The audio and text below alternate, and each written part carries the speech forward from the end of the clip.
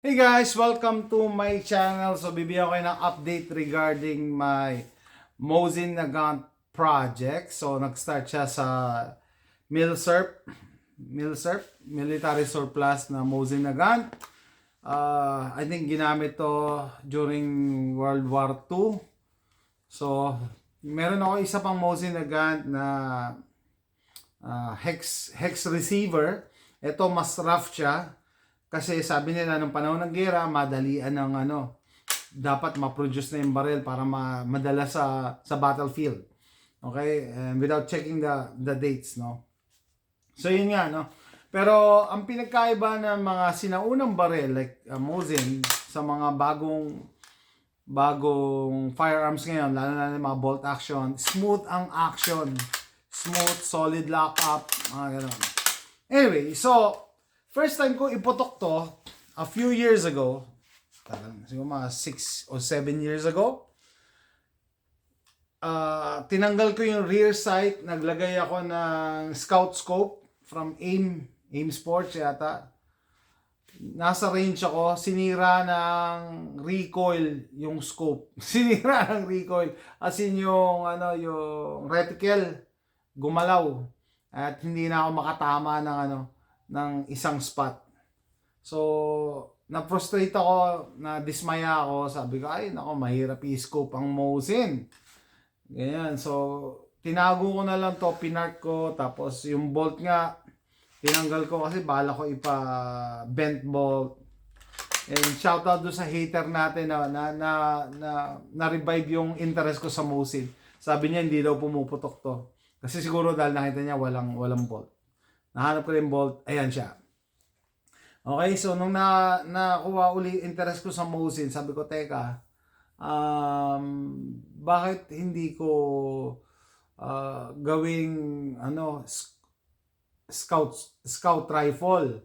Kasi initially, nung pinroject ko to, naglagay ako ng sandamakmak na rail para umatras siya ng umatras hanggang maarating siya dito sa likod. So, ang problema, pag nakarating yung scope mo dito sa likod at wala namang kakapitan, nagwawabol. May movement. So, ayaw mo yun. Kasi mawala yung accuracy mo. Plus, pag umabot dito, kailangan i-modify ko tong yung bolt handle niya. Kailangan naka-bent siya, nakababa. Otherwise, pagka nirakong ganyan, tatama sa scope. Tatama siya sa scope. Kaya hindi pwede. Sabi ko, hindi pwede masyadong, too much work, too much gastos, and ayokong pakialaman tong bolt kasi sayang yung bolt ko parehas ng serial number ng barrel. Matching serial number eh. So ayoko siyang i-bastardize. Ayoko siya sirain. Kahit magiging mas madali, ayoko pakialaman. Mas gusto ko stock siya. Stock. So sabi ko, sige, gawin ko na lang uli na na scout rifle. Sabi, baka masira na naman. Well, na-realize ko, teka, may binili pala akong muzzle brake and I'm very happy with this muzzle brake. Kahit hindi ko pa siya nagagamit, no? Bakit ako happy? Kasi yung lockup niya, twist on lang siya dito sa front sight. To twist mo, pag twist mo talaga, gumamit pa ako ng leverage eh. Para pag na-twist mo na, maglalak na siya, hindi na yan isa going anywhere. Plus, meron siyang set screws na 3. Pero kahit wala yung set screw na yan, hindi na ito matatanggal pag nilock mo. And, tumitingin nga ako sa eBay, no? Meron ng may adapter to for a threaded muzzle brake.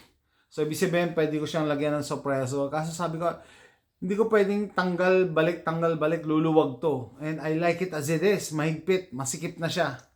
Masikip. Tapos yung muzzle brake nito, solid, steel to, steel.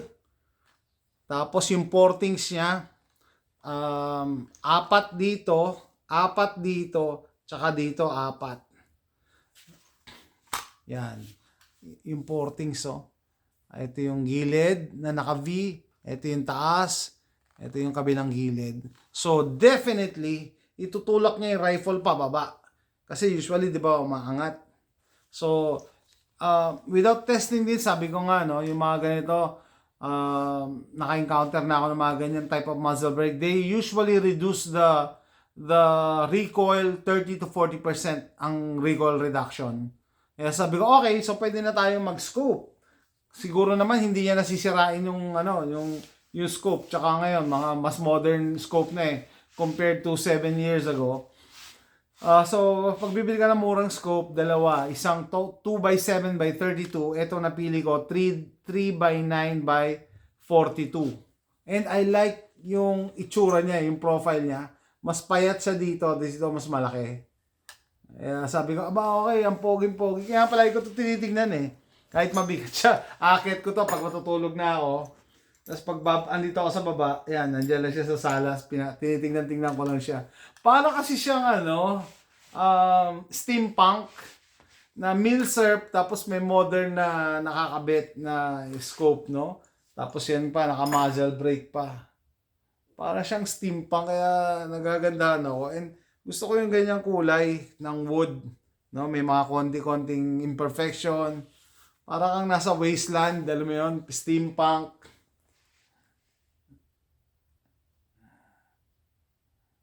Na modernize siya. Yeah, I'm very happy with my build. Pwede na sabihin build, no? Scout rifle build.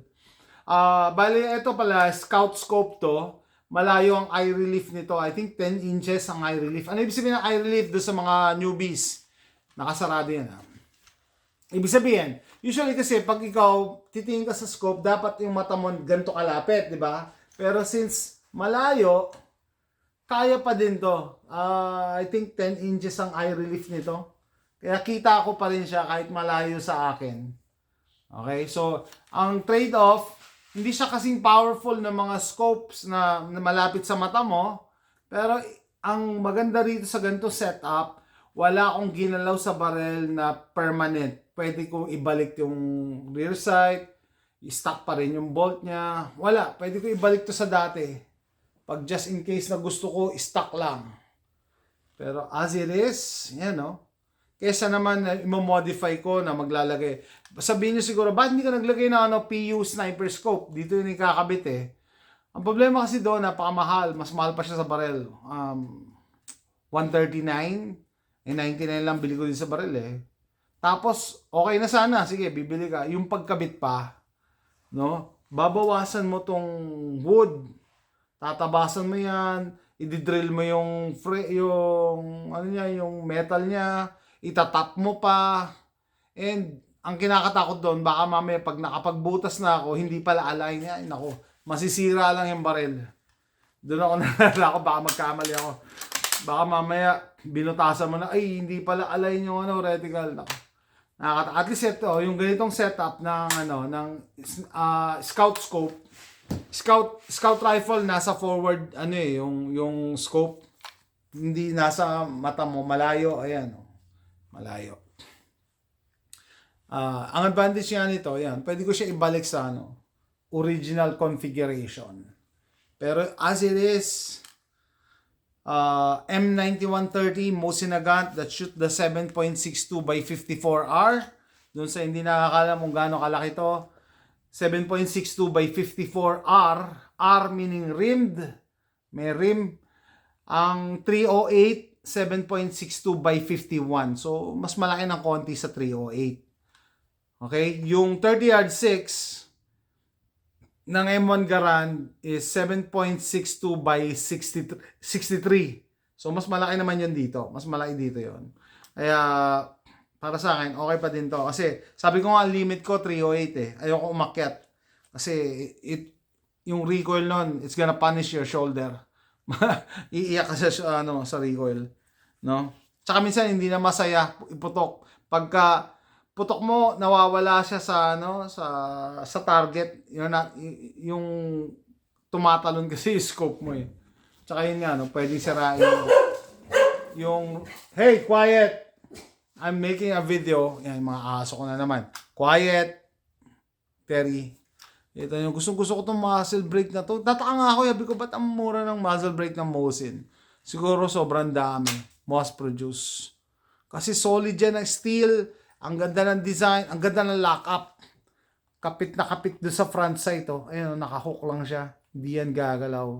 Tapos naglagay pa sila ng set screws. Yan.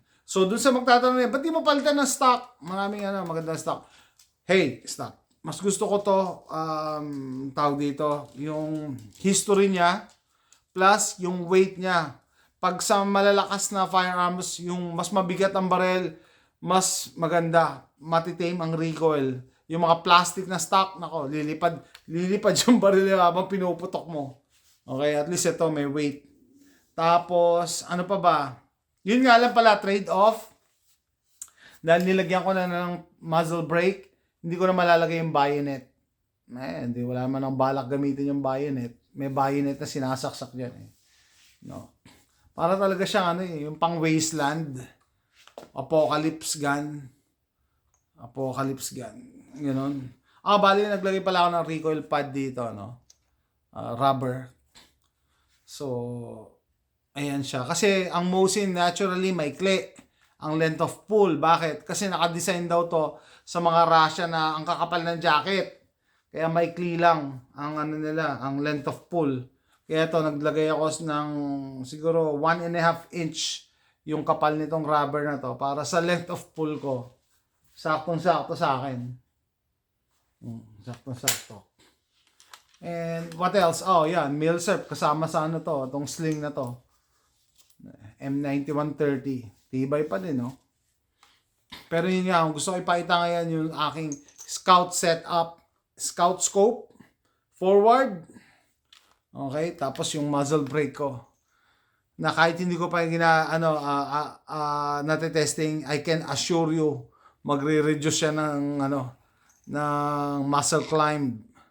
Dahil sa dami ng ports niyan, tsaka yung direction ng port. So, excited na akong gamitin to actually. Hanap ako ng ilabas ko yung mga bala niya, yung mga nakatagong bala ng doon hindi nakakita pa pala, parang steel core. Steel core yung tip, Pwedeng tumagos talaga yan sa sa armor. Anyway.